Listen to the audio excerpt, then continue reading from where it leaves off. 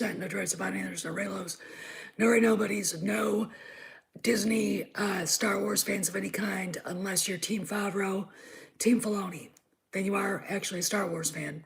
But if you are a Kathleen Kennedy, feminazi, SJW loser, you're not welcome. Okay, so I want to talk a little bit about a rant that my friend Maze found. It was one that I did back, I think, on this date in 2017 about just how bad TFA was. Morning, Maze. Hey, you're not. Just a second.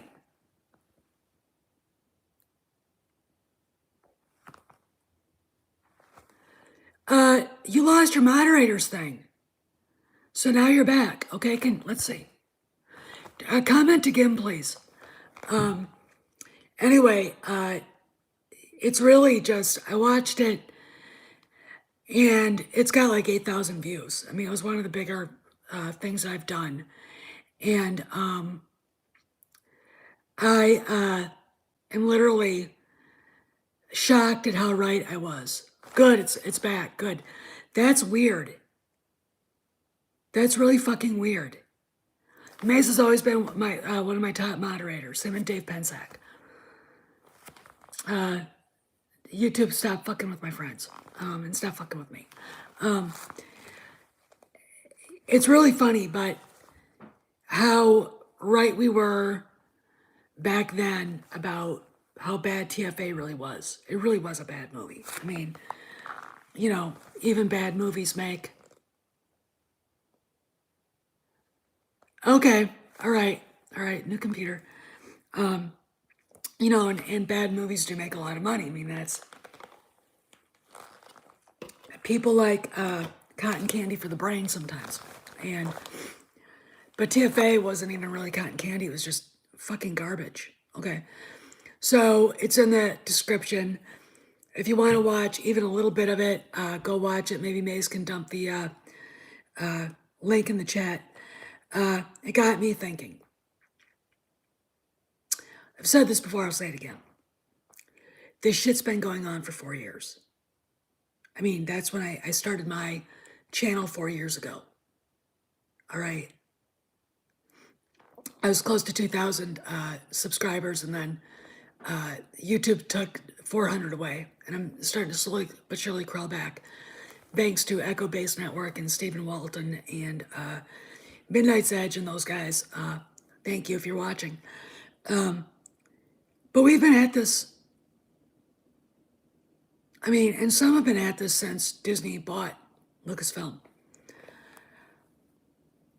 I don't like drama. Hey, Darkstar, how you doing? If you're new to my channel, thanks for subscribing. I really do appreciate it. I'm trying to grow this thing. I know part of the YouTube issue is I'm not monetized and I won't monetize. So, because then I can be as dangerous a provocateur as I want to be. And I really want to be a bad, bad girl. All right. I mean, no shit. But, you know, when is this drama going to end? I hate drama. I can't fucking stand it. Someone asks me for advice, I'll give it to them. If they don't take it and they come back to me and say, blah, blah, blah, I'm done. I don't want to hear it anymore. You understand? So, why is this still going on? You know, there have been billions of dollars left on the table that Disney could have had if they'd have done the right thing. If Iger would have seen, if he would have actually looked at the dailies and talked to people who are fans of Star Wars. I mean, he could, the sequel trilogy was savable after TFA. And it was actually like Keystone Cops. Everyone thought Kennedy knew what the fuck she was doing. She got her brand new contract. And there she was after curb stomping Han into the ground, turns around and curb stops Luke and Leia both into the ground. Okay. And her flying monkeys like Pablo Hidalgo and others in Lucasfilm were getting people banned from Twitter. We're getting people, we're bullying people to the point where I know for a fact that somebody tried to kill themselves over it. No, that stuff. I mean, that I would say was attempted murder, or, manslaughter at least, attempted manslaughter. I'm not kidding. You probably could get Pablo into a lot of trouble for that if you have proof of what he was saying. I'm not joking. If that was me, I'd have gotten the cops involved. I'm not joking. That guy's a piece of shit. Why is he still there? But then you think Disney was happy and didn't give a fuck. And now that every Star Wars property, including the ones that are successful or will be or would be, Bad Batch, The Book of Boba Fett, Mandalorian 3, Ahsoka, which now Kennedy's trying to go after because now I know that's where she thinks that they're going to take out the sequel trilogy. This is, guys, I'm going to tell you this right now. This is it. They are retconning the sequel trilogy, and this is why she's doing it. If they just were going along with her fucking bullshit, this shit wouldn't be happening. But it is happening. Aren't we lucky? So, what exactly do we do? I mean, where does this go? I mean, we've been at this. I've been at this for 4 years with no end in sight because Disney, Bob Iger is the king of having his head stuck up his ass. Effeminate, ineffectual. I don't know what Bob Chapek thinks.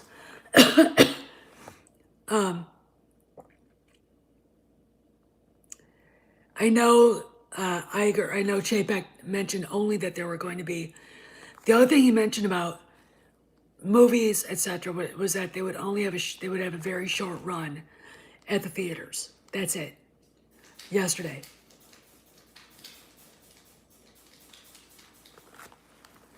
Oh, well, I would say it, but I believe, now I really believe that what Doomcock was saying was true. Hopefully he'll come back today with another video with more information.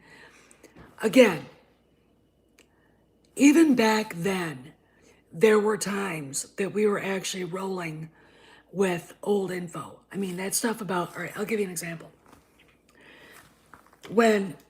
Before Soilo came out and when it came out, I was talking to a friend, I'm not going to say who it was, and he said, he got me on Twitter and said, oh my God, I can't believe this. I'm like, what? They were literally in negotiations with Anthony Ingruber to take the part in Solo. And Spielberg walked in and said, but I want my accountant's son and my daughter's friend to have the role. So Kennedy went and did it. And we got Alden Ehrenreich, the discount Hobbit. Do you know how old that news was? That if people had heard that like the year before, I can't either, Maze. I really, really can't. If we had heard that the year before, all hell would have broke loose. People were, before they announced that Aaron Yuck got the role. And I just remember my reaction video to the trailer and looking at him going, oh, and just laughing at him. It was a joke. And then I'd be somebody like, oh, maybe he'll be good. And then I'd see another trailer and go, oh God, he's awful. And I was right. There's a reason why I call him Awful Aaron Yuck. He is. Yeah, but we weren't up to date. So when I look at Kennedy's in hiding, the hate mail, that stuff was, yeah, basically get out of my chair and get out of my life. Yeah, Ford wasn't happy. He wanted Ingruber to have that role. And their excuses are so fucking lame. And then Pablo, I mentioned Age of Adeline back then and saying, I think he'd be great. It was a good movie. Oh God, that was awful. And I thought Age of Adeline was really good. Pablo starts mocking it and saying Ingruber didn't do a good job. I'm like, did you watch the same fucking movie, you fat ass? No, you didn't, so fuck off.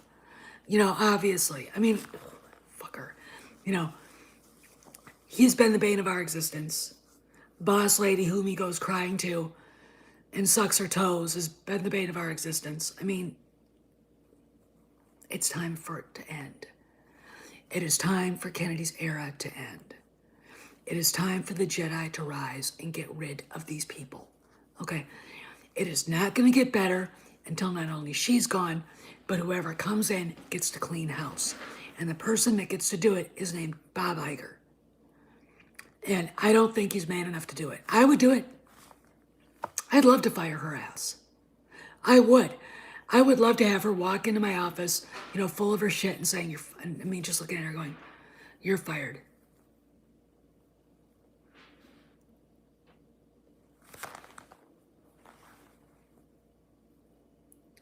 No, he wouldn't. No, he wouldn't be. I mean, when you look at the origin story and what you surmise, even without knowing it, oh yeah, Bill, you're right. You're totally right. What, even if you haven't read A.C. Crispin's novels, Solo was a street tough.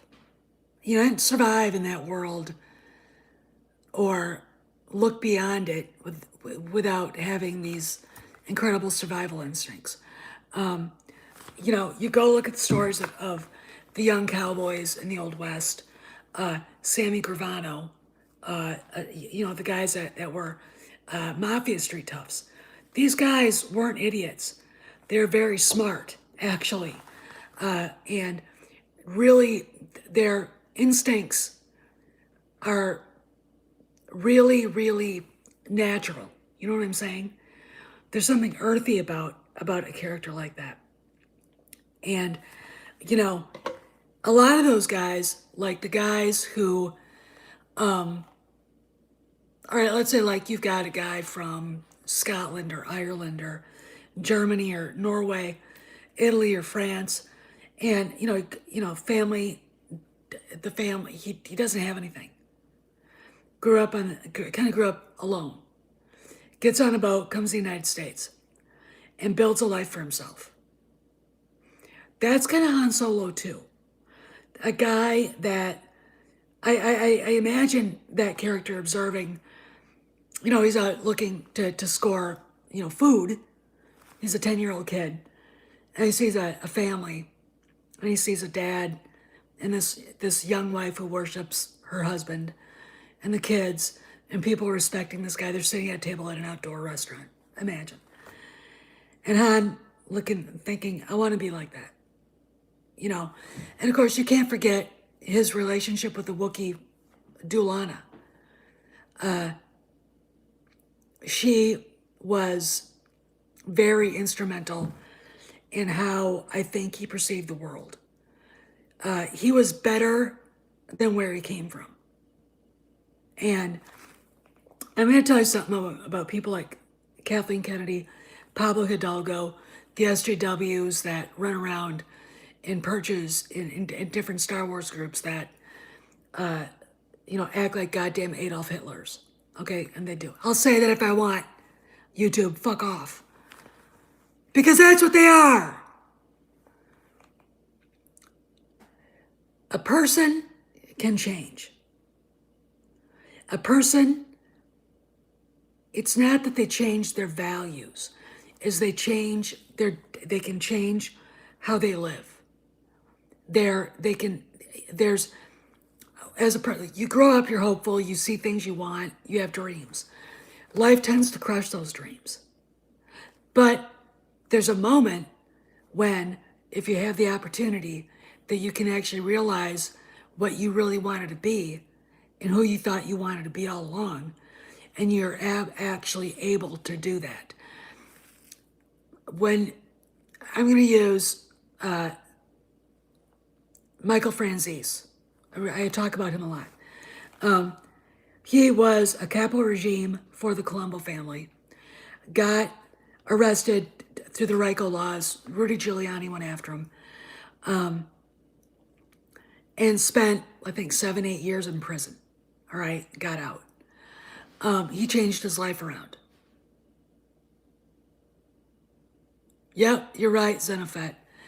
And, the idea that that man, because of how he grew up, his father was a very famous mobster. I think he was the underboss for the Colombo family, Sonny Franzese, who actually had a relationship with Marilyn Monroe. You write that one down and go. Which doesn't surprise me either, knowing Marilyn. They would look at him and say, he will always be a mobster. Always. You look at others, John A. Light, Sammy Gravano. Okay, Sammy was a street tough. He was a thug, but he's also very cerebral. Didn't finish school, but he wasn't stupid. Hey, Echo Base. And that guy, when you hear him talk, he wants to impart the stories of his life. He doesn't, it's really weird. He doesn't have any regrets of anything he did. But I look at him and think, you're not living that life, but you're the same person you were. Okay. There's a huge, and of course, John A. Light quit. John Gotti quit. Jr. quit. Okay.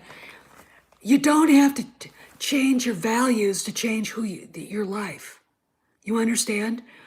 I look at Michael Franzese and I think, that guy literally is living who he really wanted to be all along. Okay, who he planned to be when he was a pre-med student. Right now, he didn't plan to be a mobster. He didn't want to be the guy ripping hundreds of millions of dollars off from the government in a gas tax scam. Which, between all of us, every time I think of that, and I think of the fact that you and me could go to the gas stations he owned and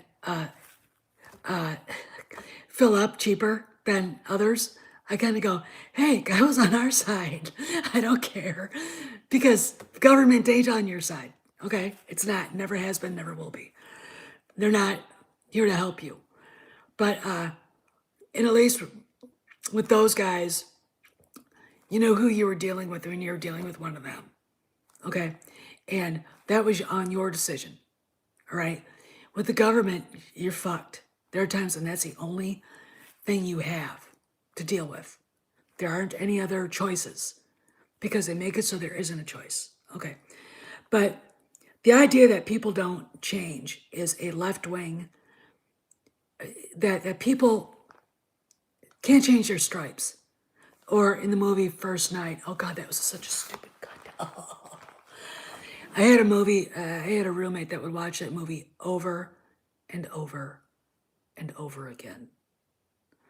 I'd walk in and she'd be watching it, and because she got let go from her job. And she didn't look for a job. She'd just sit home. Her parents would send her a check every month, and she'd eat Taco Bell and watch that. And, oh God, what else? I can't remember it. It was horrible. Anyway, and then she left me with the apartment, so the condo, so I had to pay for the whole thing on $25,000 a year. It sucked, but that's life. A person can change their stars if given the opportunity, if they're a decent person. And when you start looking at characters in Star Wars, there are a lot of characters that are, if they have a chance, they'll be decent. Han Solo's the prime example.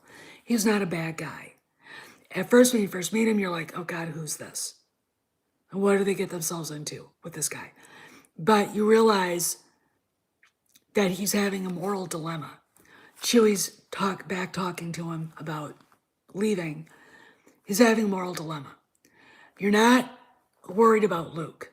Luke wants to be something he didn't think he didn't really ever contemplate once he realizes his father is a Jedi. He wants to be a Jedi. I would say, if any of them, probably Al Capone.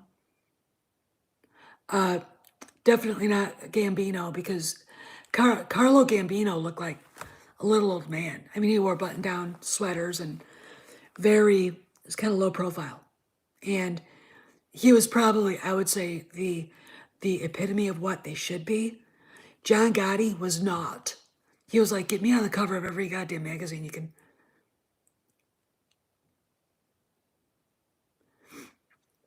And that, yes, Bill, that's the truth.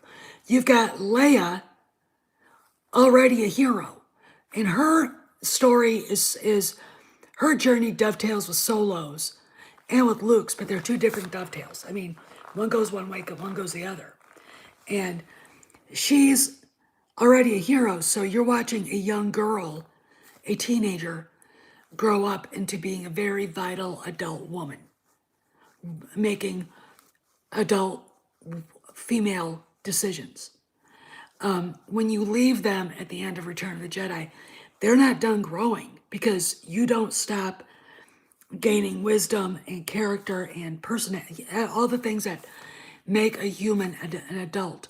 You never stop learning about other people, about what's around you, about yourself. And that's the thing that J.J. Abrams didn't count on and didn't do. He basically made it that everything that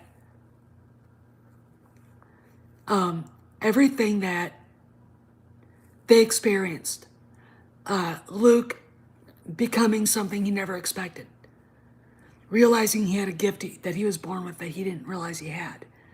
He was a good pilot. Where did that come from? His father. His father was a Jedi. Then he finds out his father was a fallen Jedi. Then he finds out his father was the greatest Jedi that ever lived, Anakin Skywalker. His father literally was the bridge between the light and dark side and was the balance of the Force itself. That's a big thing. Luke spends Return of the Jedi saving Han, helping save Han, and then he spends the rest of it saving his own father. Okay, Luke being the key, Luke being Padme's hope. Okay, that's Luke. Leia, not Luca Brasi. Luca's an enforcer. Luca is. I've got a friend who actually was at a cafe, a coffee shop in LA one day, a long, long time ago, getting coffee, and she turns around and Lenny Montana, who played Luca Brasi, was standing behind her. She almost pooped her pants. The guy was huge. I mean, huge.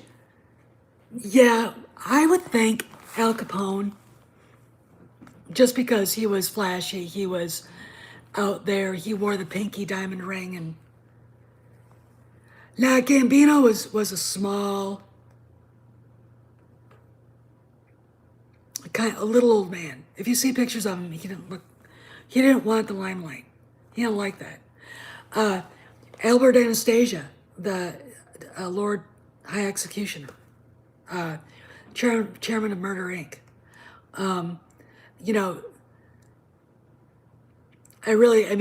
The rest of them, maybe Joe the Boss Manzaria, I don't know, but I mean, now you found out a secret thing. I love reading about these guys. I think that would be a fun stream. I think I might do that someday. But, that's Luke's arc, is he wanted to leave Tatooine. Well, Kylo Ren, he's Fredo. He's Carlo, Connie's husband. You know, it's okay. It's okay, Carlo. I'll put you on the airplane to Las Vegas. Clemenza sitting behind him. Hello, Carlo. I mean, holy shit. You know, you find out these motherfuckers are serious. Holy crap. Anyway, sorry for swearing. But that's what Luke didn't expect to be a Jedi. And once he realized he could be, that's all he wanted to be. I'm a Jedi like my father was before me. Not what he expected, not where he thought his life was taking him, but there it goes. Han, become, basically the real Han Solo shows up. The decent, brave, loyal friend, the good man. Wild, intemperate, a bit crazy at times, but not, you know, the scumbag that I had some. The woman who runs the Star Wars discussion group, her name is Olivia Wilson, called him that to me. And then she blocked me so I couldn't rip her head off. If you ever talk to her, please tell her she's invited here to try to defend herself. All right? I want her to know that. Anytime, any place. I'll take her on and I'll destroy her. I told her husband after she did it, get control of your wife.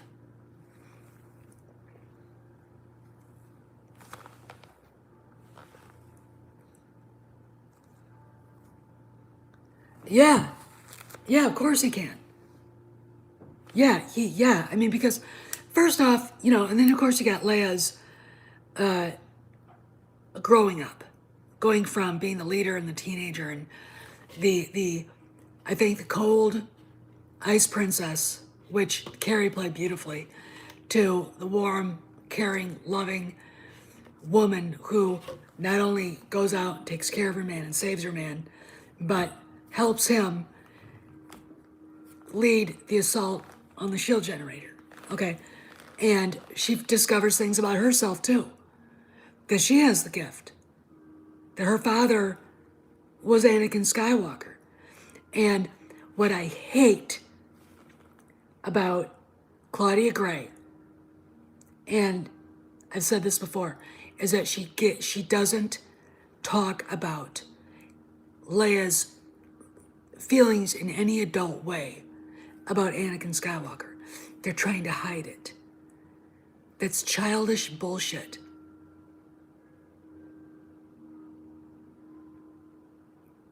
Yeah, I mean, he is. I mean, she is. They are basically playing off of each other. And Luke's kind of there going, are we done arguing? You know, because Luke is a diplomat by personality. And Leia is too, but when it comes down to herself, when you first meet her and through, you know, and into Empire Strikes Back, she's very self-protective. But you got to remember, what has she been through? Okay, that would add a shell of hardness around her. She's got stuff to do. She's got to help her lead the rebellion. What I love about it is when people think she led the rebellion, and no, she didn't. Mon Mothma did. Leia was on the High Council. She was basically the one of the many leaders, one of the many voices. But she used that as a shield. I mean, when you go back and look at The Empire Strikes Back, even when she kisses Luke before we all knew they were brother and sister,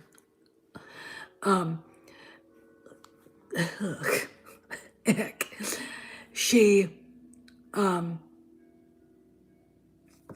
used Luke as a shield, a crash helmet. She don't want any personal things going on. I mean, and you know, I look at Luke and I think of all the things that we knew about him before. Yeah, she had to be strong for everybody else, and she was the poster girl. You're right. And A, she felt she couldn't afford any personal feelings. B, Han Solo scared the hell out of her.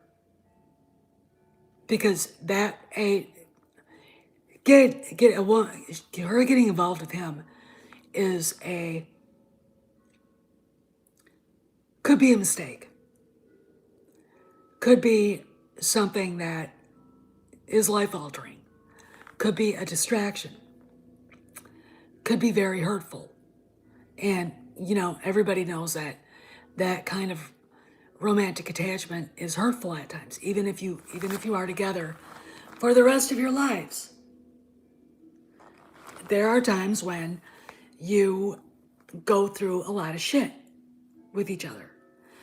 And, she is smart enough to know that. And they're the unknowns. What is this like? I've never been in a situation like this before. And even, all right, everybody wear the clothes that people wear. Costumes. Luke with his fatigues, he's a warrior, he's a soldier. In Empire Strikes Back. The farm boy setup that looks like, I love it, jammies. Sorry. In Star Wars, the flight suit, the young pilot, the kid, the callow kid, the orange flight suit, and then you get in, and then you get into Return of the Jedi, the black knight's suit, which strangely enough, in some ways, sort of looks like what Vader kind of wears, and echoes what Anakin wore. Okay, hold on to that, because the costuming is part of the character's personality. Han Solo, you watch any Western, Gunsmoke, Rawhide, The Big Valley, The Searchers, any John Wayne thing. The shirt, the vest, the boots, okay? The gun strapped to the hip or the thigh with a thong that holds it down. That's a Western outfit. That is not a samurai outfit. That is an echo from the American mythology. Lucas borrowed from the Western. He borrowed from our mythology of the gangster, because the gangster movie is part of the American story. He borrowed from Asian mythology too, with the Jedi, and when you look at how the Jedi were set up in the Old Republic, they were like Shaolin masters. Go watch Kung Fu. And Master Po and Master Khan are like two different sides of Yoda. I'm not kidding. It's like, So, and then of course, you've got Leia wearing the white, high-collared, very austere, very modest dress. And then you see her in that dress at the end. It's a very princess-like celebration kind of thing, but it's still white. The colors is definitely something to hold on to. Then on Hoth, all the uniforms are white. She's wearing white. Her snowsuit's white. But then she gets to Cloud City. She's wearing a red tunic with those pants. It looks like a dress with a white sort of gauzy, long trailing vestment.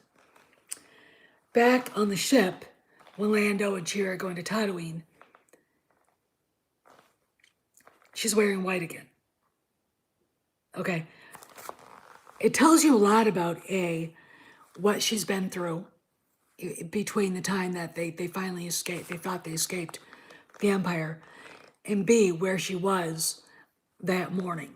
Because I'm going to say this, we don't really get an idea of how long Vader let them kind of chill out. It is, and it says something about her, because the color of white is purity, chastity, virginal. Color red is definitely not. Okay, so a lot of people have debated how long were they trying to get to Bespin from where they were. Okay, where they ended up. And some say 40 days, some say 70 days. And that's close proximity on a tiny ship together. Greetings, Tommy. How are you?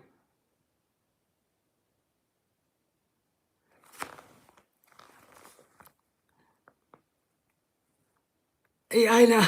That's funny. You're right. I mean, Jabba,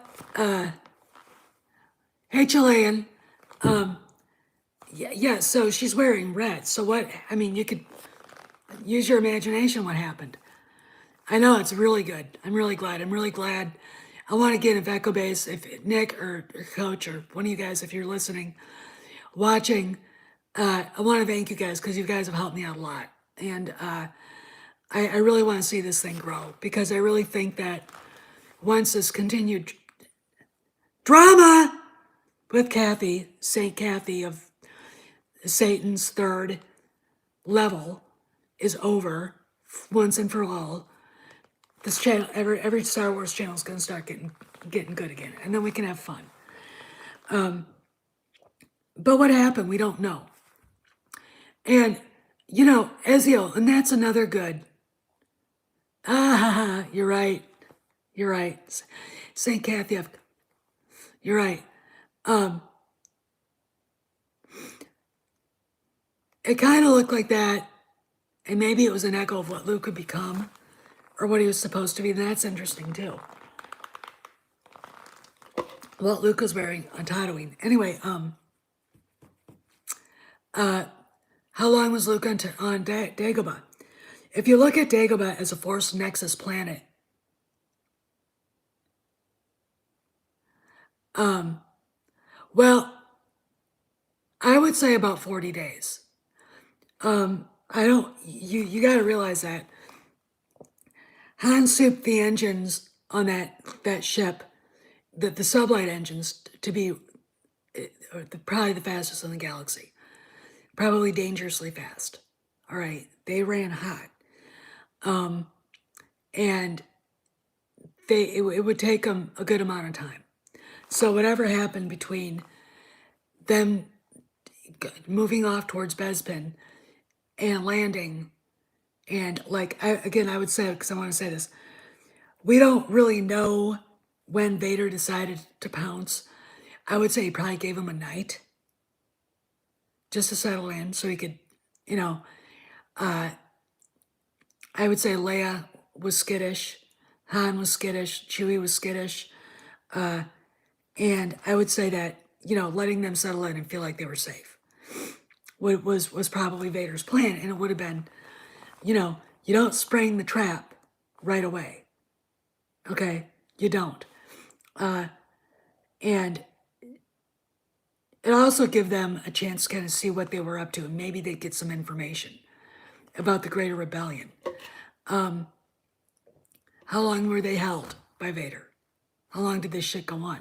How long was Luke on Dagobah? If Dagobah is a Force Nexus planet, then maybe a year, according to Dagobah time. Meanwhile, real time is just doing what it does. All right? We don't know. I don't see him really being on an accelerated Jedi course.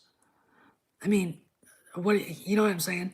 So the time frame is very interesting. It would be really great to have George or someone explain that better, because the fans debate it to this day. And it's a debate that is kind of fun to have. But then we get into Return of the Jedi, and this is where, you know, Luke's in his knightly garb. You've got Leia showing up dressed as a bounty hunter, her hair not in braids, and then when Jabba captures her, she's forced to wear that dancing girl's outfit. And sorry, Claudia Gray, but it's slave Leia, okay? That's what she was, okay? It's okay to say it. You can run around calling her the Hutt Slayer all you want, considering you look like Jabba, okay? All right? And it's Leia in that mode that her true, I think, strength as a woman kind of comes out when all hell's breaking loose on the sand skiffs and Luke's doing this and Han and Chewie are trying to get Lando out of the Sarlacc pit and la-da-da. She takes the initiative. She takes the initiative and kills Jabba. She strangles him. You know, and I'm like, you know, there she is, barefooted in this whatever this dancing girl's outfit, leaving not a whole lot to the imagination, and she just takes him out. It's a testament to that character, and I think it's a testament that Kathleen Kennedy on her best day wouldn't understand. All Kathleen Kennedy sees is female subjugated. Well, that was the point, you fucking bitch. That was the point. That's why Jabba did that. Jabba, again, no respect for life at all of other sentient beings. The Hutts were notorious for their selfishness, their narcissism, and their power mongering. Okay? They didn't give a shit. And Jabba's appetites were obvious. All right? And we get to that, and then she's in a uniform again. She doesn't wear white again. This is a fully grown-up woman. Okay, and Han is Han. I mean, what he's wearing, I really wish they would have given him a uniform to fully show the change. There's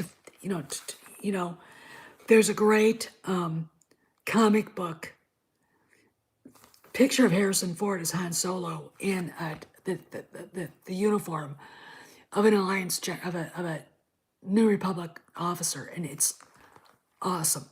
And I'll tell you guys something. There's nothing hotter to a woman than a good-looking man in a uniform. I know, I married one of them. Okay, trust me. No, that wasn't him in the uniform. It was a comic book photo from a long time ago. It was probably Dark Horse. I've got it. Maybe I'll put it up on the community page if I can find it again. Oh, yeah, he was, I mean, basically, that was Zero the Hutt. And, yeah, Zero. Zero was the Truman Capote of the whole thing.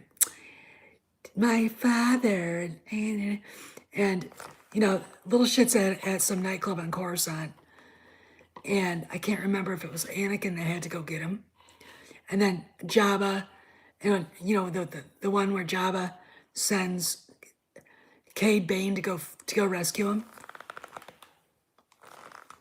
And that is some good shit. That was before the dark times. I gotta get one of those t-shirts, by the way, Echo Base. I really do. And when I do, I will wear it. Zero was a shit. Oh, and his girlfriend was size noodles. How does that happen? I'm like this. But it was funny. I mean, it's really funny when people talk about Star Wars being for kids. You can make an argument that King Arthur, Lancelot du Lac, all the Arthur's knights were for little kids.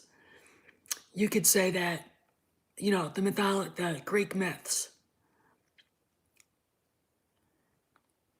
Oh yeah, he was. I mean, the Greek mythology was for kids. I mean, think about it. Virgil. They could say all of that because these things came, these ideas that we're talking about now came from that stuff. You could make an argument that Norse mythology is for kids. All right? You could. There were stories people told around the fire about the gods. There were stories told around, the fire about legendary kings that may or may not have existed. All right? There were stories, told about heroes that, like Perseus, Achilles, they find Troy. So, just because we were kids and played with the Millennium Falcon and pretended we were the characters in the movies, yeah, Mazarius is right. They're how they were lessons taught about hubris. The Greeks used their mythology to teach about hubris, pride, narcissism, patience, perseverance. I mean, the story of Persephone is the story of how the world is renewed every spring. Because Demeter would go down to hell, into Hades, where she was being kept by the god Hades, god of the dead, and bring her daughter back up, and that would be spring. All right, that's how they explain stuff like that. The Norse would basically told the story about the goddess giantess Skadi, and Skadi was a goddess of winter, and she was a goddess of bow hunting. And when she appeared, she had a wolf by her side, and when she appeared, winter was there. Winter had arrived, and up north in Norway, that stuff doesn't end. I mean, that they're it's still dark there. So you know, it's really interesting how things were explained to people that didn't understand the science of things. Science is how things are made, like my glass, like this pen, like the computer, like this granite countertop, my jacket, my shirt, my cross. Philosophy, I'll say mythology, faith, explains why it is, why things happen. And Star Wars is as much about why things happen as it is about how it works, why it works. What is it? What is it made of? And the people who are doing Star Wars now are way too far away from it, about what it means. You know, there's a great scene in the movie The Devil Wears Prada where Stanley Tucci says to Anne Hathaway, who, by the way, I can't stand her. Oh my God. She's got the weirdest facial expressions I've ever seen in my life for an actress. And that voice. Yeah. He says, do you know how many geniuses walk the halls of this magazine? And he gives us a list of, designers and photographers and models and, writers and all that. And he said, there are 1 million girls who would kill to do your job, a job you only deign to do. When I look at Claudia Gray, Pablo Hidalgo, Matt Martin, Henry Gilroy, and others who have been puking nothing but hate at us for loving what we love and disliking their garbage, I say, do you know the geniuses that walk the halls of that studio? And I'll rattle off the names. The man who built Star Wars, George Lucas. Steven Spielberg, Indiana Jones. Gary Kurtz. Irv Kershner. Lee Brackett. Richard Marquand. Harrison Ford. Mark Hamill. Carrie Fisher.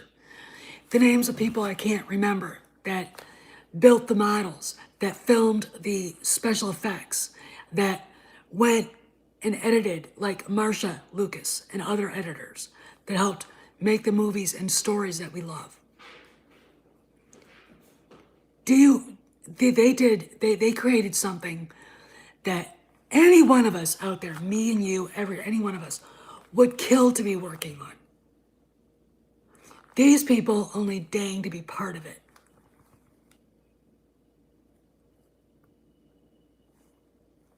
Yeah, you can't. You can't say they are not their equals. They are not. They are cardboard cutouts. They only deign to do these stories. You know what I'm saying? They don't care about them. they don't really even want to be there. You understand? So why are they there? It's a power trip. It really, really is. They get to do a job they know I would do a better job. I'm a better writer. I'm a better writer than Claudia Gray.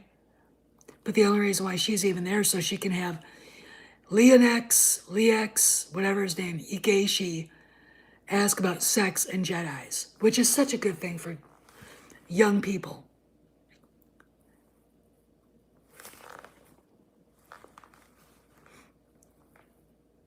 And it's good morning, Anton. It is. It's sheer hubris. And why do a job?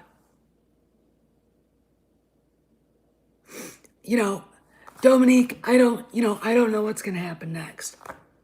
As I said, let's get back. Let's talk about this. The rumors that I've heard, like the day or two after Gina was fired, were already old. The news that we have is old. The fact that there was one rumor that the guys from Midnight's Edge talked about, that Kennedy was in hiding because she got hate mail, and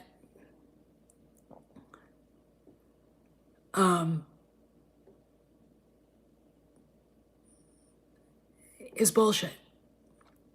I don't believe it. Any one of us Americans can tell everybody else from around the world that if I write a letter to Mays, I live in Pennsylvania, he lives in Minneapolis. I'm going to explain. That's well over 1,000 miles away. Okay? All right. That letter is going to take a week, maybe longer, to get to him. So if Kennedy actually received hate snail mail, she would have been getting it now. Now it will be coming in after 1 or 2 weeks. Be 3 weeks on Thursday that we've been talking about this. Enough is enough. Okay, so we don't know what's going on. The fact that Jon Favreau is pissed, I think that we could take that to the bank. I have no doubts in my mind that he's mad. Star Wars Theory put up, there's a rumor that they're going to replace Cara Dune with Harrison Dula, and I'm like, no, apologize to Gina and bring her back. We don't want Harrison Dula. I'm sorry, Dave. I love you, but that character's annoying AF. Okay? I'm not going to watch that. Okay? I'm not. All right? And this is a warning shot to Lucasfilm, because I know one of you motherfuckers are watching this. You go near Bill Burr. You go near Rosario Dawson. You go anywhere near Jon Favreau, and you're going to whoop up a shitstorm if you think what happened with Gina isn't a shitstorm. Oh, you just wait. You just wait. I think it's time for you guys to quote something my dad said to my sister's husband who used to beat her up. I think it's time for you to leave. Okay?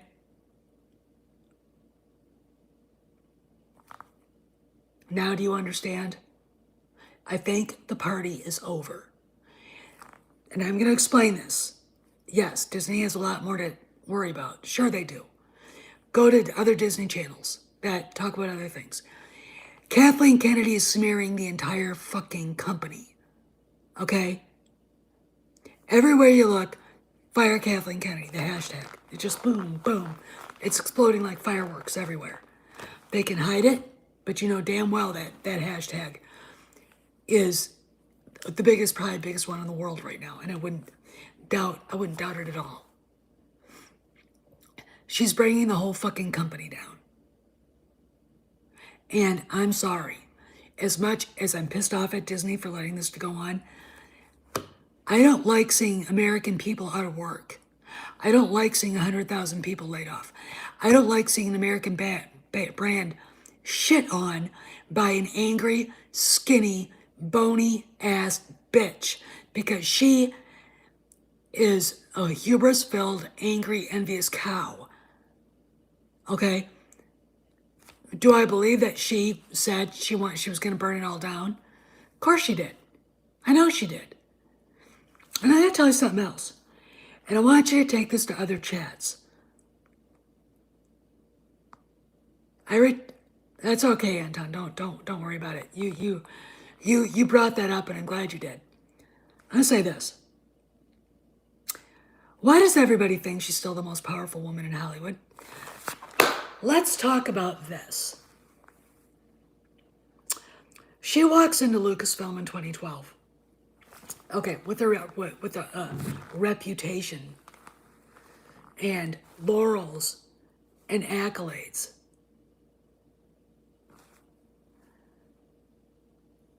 All right, her reputation was intact then. I would love it if Cameron Pasha was on this because I think he could explain it better. Is her reputation still intact now? Do you think that the people that count money at other studios like Universal, Warner Brothers, and others are like, wow, she's so great.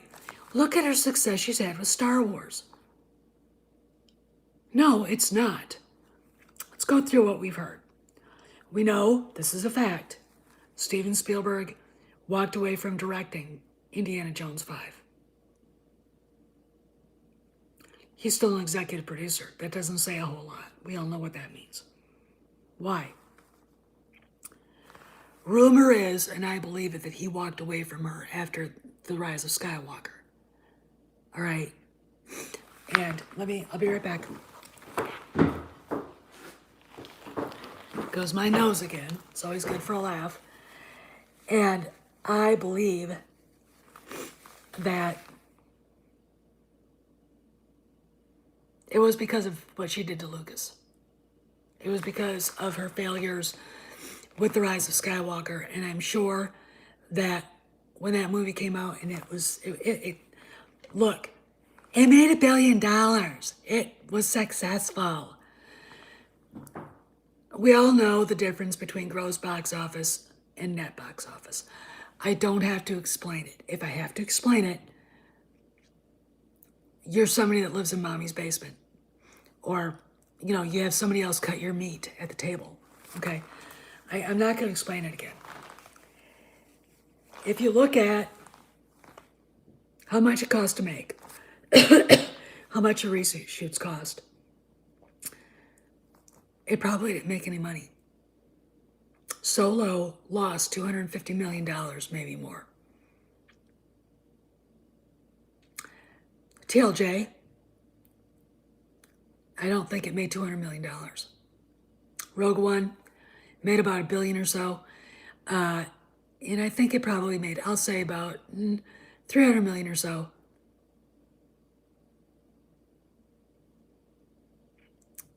Yeah, I mean, you're right. They brought Lucas in to help save it. They cut out Matt Smith. I'm going to say this out there. He was going to play the son of Mortis. And that's who he was going to be. And, she couldn't handle that. They're trying to, I think, they were trying to bring Star Wars back to where it was. And Kennedy didn't want it. Yeah, you're right. I'll get to the merchandise. The only movie that really made a lot of money was The Force Awakens. The rest of these were just absolute, except for Rogue One. I liked Rogue One. Were absolute trash. They were trash. Okay, they were trash. And anybody who wants to disagree with me, you could, and I like my good friend Stephen Walton, if he's in the chat. He probably isn't, but if he is. I want to say this. I will call you out, personally, if you think that they made money. They don't. They didn't make money. I'm going to call you out if you think the merchandise is making money. Where are the sequel trilogy characters, if that's the truth? They're not. Disney has to do something. And that something is either pretend it didn't happen and fix it, or put it in an alternate universe, never to be seen again. Okay? All right? And the fans would be like, oh, thank you. You know, I'm going to tell you something. I didn't expect to be here like this, 2015, 2016, when Star Wars came out, and I went to The Rise of Skywalker, or the Force Awakens, and I walked out feeling like, what the actual fuck was that? I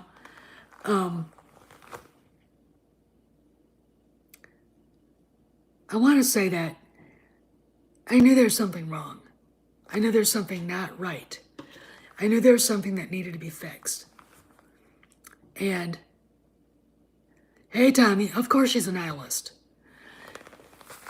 That's the thing, is that we're dealing with people who have absolutely no beliefs. And that's what they're teaching kids. I mean, look at their novels. Look at this High Republic bullshit. And Kennedy actually believing anybody's gonna read it. All right. So she can point at the Twitter mobs. But we all know now the Twitter mobs originated inside Lucasfilm. Okay? All right. That's not a fan base.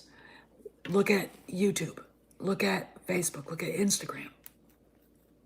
Okay? It's starting to get apparent that what she's making, what she wants to do, is bullshit. Because she's bullshit. Because she's a narcissist. She's a nihilist. She's a hardcore feminazi. She doesn't have any beliefs about anything. And it's apparent. Oh, I got Itchy Baka to send me a link to it. So that's how I watched it on my phone. And I scrolled through it. I'm like, oh my God, it's awful. This is horrible. What the actual fuck? And, I guess I can't understand how someone can go through life and not see the reality of their actions. Cannot see what the consequences of their actions have on the product they're supposed to be putting out there.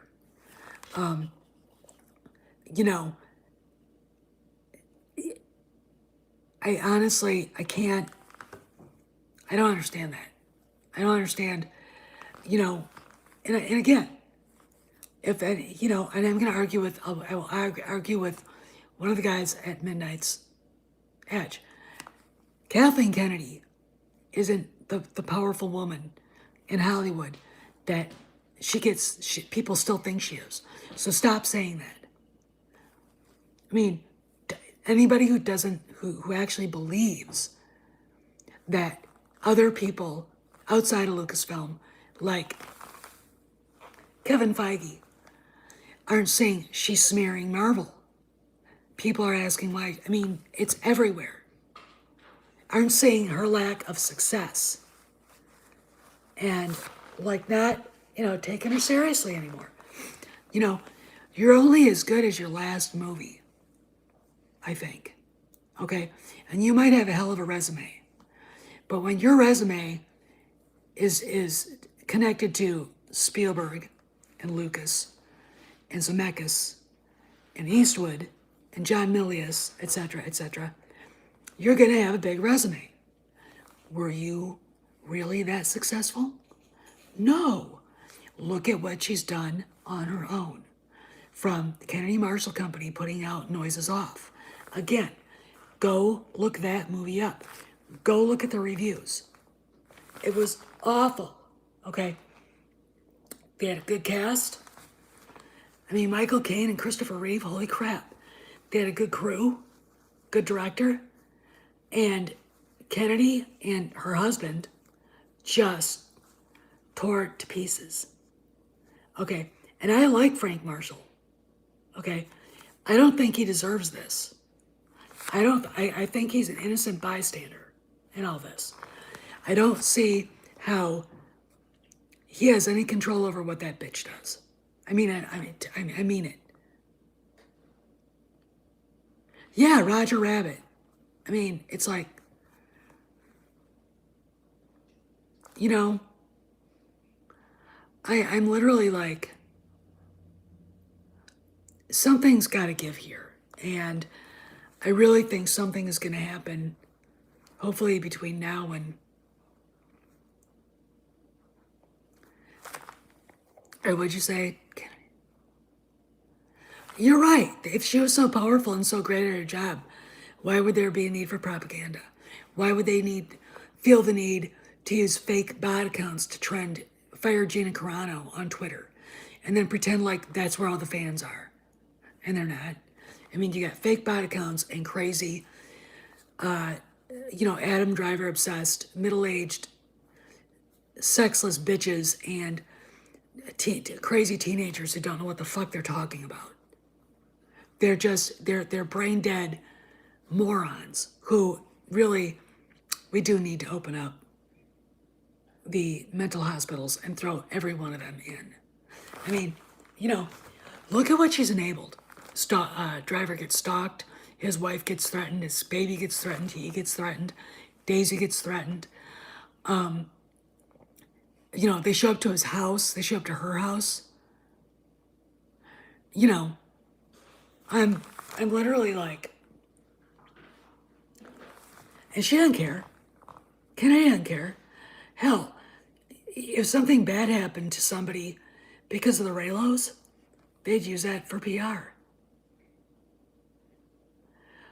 Well, that and, again, her reputation. And TFA was a success. But I think that had more to do. Oh, yeah, they are the same people who Richard Ramirez groupies or, Charlie Manson groupies. I mean, they were out there too.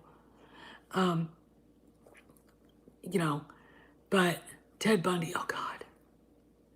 That shit's just, I don't get it. I really the only serial killer I've ever heard of that didn't have women following him around was John Wayne Gacy. And ick. If you ever want to see a twisted freaking movie, it's on YouTube. It's called To Catch a Killer. And the great Brian Dennehy plays Gacy. And it's, holy shit. Well, you're right. People wanted to see Star Wars again. But they couldn't build on it. Because it was really a bad movie. You don't walk out of a Star Wars movie with people going, yeah, it's the only one that did, Anton. All right, it's the only one that did. You don't walk out of it, and it was a bad movie.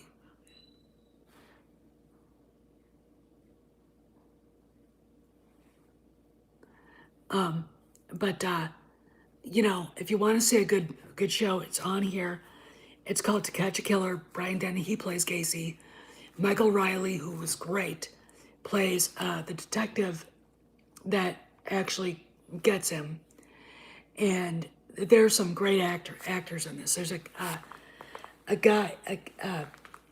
There's just, the guy that plays the detective. He's a straight guy. He you could tell he's a street cop, hard ass. The guy that finally pulls him over. He's my favorite character. And you watch it, you go, yeah, I can see that stuff. Just a badass, just a total badass. And, I don't understand, though, the affection and the crazed lunacy that is pervasive over Adam Driver. And I gotta tell you something. The reason why I don't like him and would never have anything to do with him if I was a producer is because of his fans. Of his fans. I don't like him. You know, his agent calls and says he's really interested, and I say, no, he's not. No. Why? Ask him about his fans. Ask him about the Raylos, okay? No one ever got control of that situation. And it basically ruined him for me, all right? And that's all I'd say. I can't, you know, I can't, they've made it so difficult for me. I can't separate the character from the actor. And he's kind of a pretentious dick anyway. I mean, he spent, what, 2 years in the Marine Corps, 4? And he comes out this kind of arrogant jackass. I'm sorry, I'm not interested. I'm really, really not. But anyway, I'm going to finish because I'm hungry. And I got to get some food. I don't know what I'm going to eat, but I'm going to go get some. And so you guys be good. If we hear any news at all, I'll probably be back. But I don't know what to think. But you got to remember, a lot of this doom and gloom, and you hear from other channels, don't listen to them because we don't know what's going on. Okay. Great, Anton. Thank you. I try to rant with the best. Y'all be good. And again, you know, don't let not your heart be troubled. It's always darkest before the dawn. And we got to persevere. If it's the one thing that we were taught from George Lucas is to persevere and carry on. Because there's a light at the end of the tunnel. All right. So this is Steph. I'll see you around the galaxy.